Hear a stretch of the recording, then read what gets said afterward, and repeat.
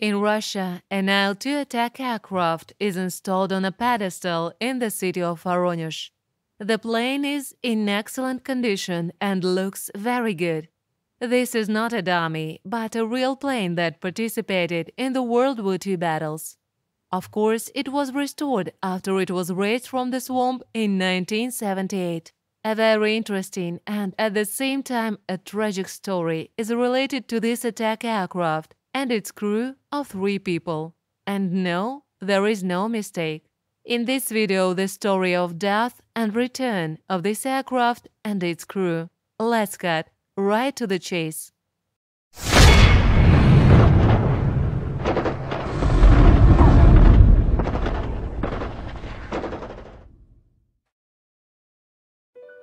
In 1978, the Voronezh scuba diving club Reef carried out a survey of the lake bottom near the village of WWII in the Belgorod region. According to the eyewitnesses, the aircraft went down here in autumn 1943. During the search, the large fragments of the aircraft were found. The armored capsule and the cabin remained almost intact. There were also other parts of the fuselage nearby. When cleaning, it became clear that the aircraft wasn't carrying a bomb load. Clothes, spare parts, documents, and even an unbroken bottle of alcohol were packed in the bomb bay. It became clear that the attack aircraft made its last flight when relocating to another airfield.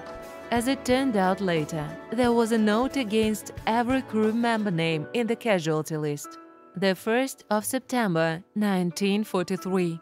When relocating to a new base, after passing the village of WWII at an altitude of 50–70 meters, the aircraft went into a tailspin and crashed into a swamp.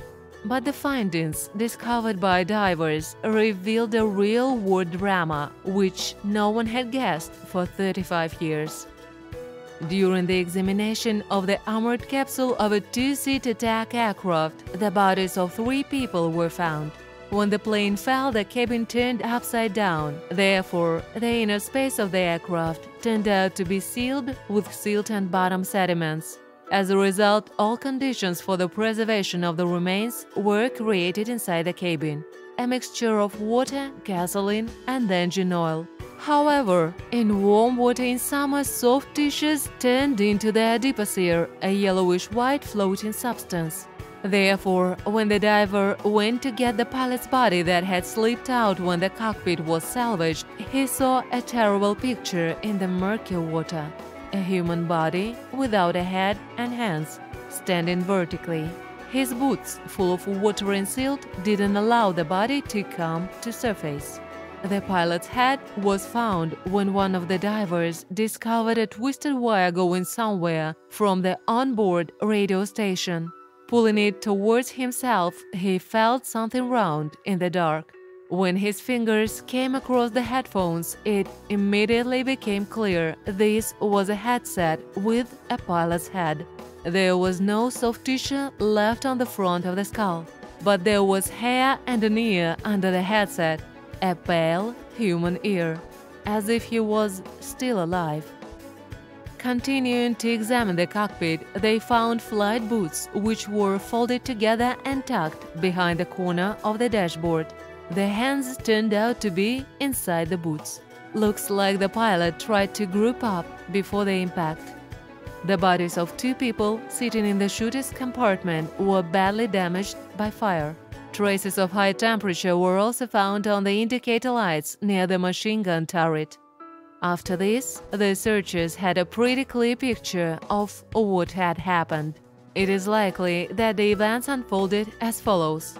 As it was established according to the archive of the Ministry of Defense, on September 1, 1943, the IL-2 aircraft from the 50th Separate Reconnaissance Aviation Regiment of the 2nd Air Army took off to make a flight to a new airfield. The attack aircraft was piloted by Flight Commander Lieutenant Alexander Bobel, born in 1913. He was wounded in one of the air battles and limped on one leg for a long time. Lieutenant Alexander Churkov, born in 1922, was in the place of the radio operator shooter. there was a third crew member next to him, senior aircraft technician Alexander Tufekov, born in 1910. Since the plane was designed for only 2 crew members, Chirkov and Tufekov had to give up parachutes. The flight wasn't a combat one, and no one thought that they would have to fight. But, as it often happens, the war had its own plans.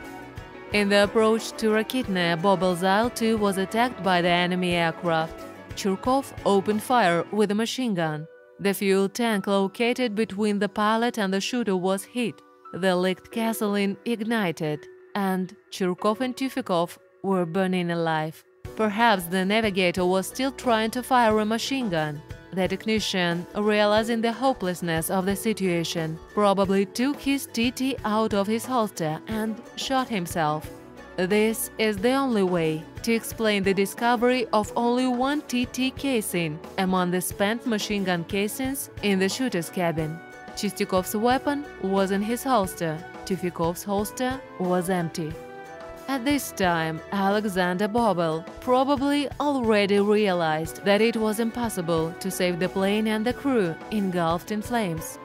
However, the pilot, the only one with a parachute, didn't want to leave his comrades and continued to fight for the aircraft.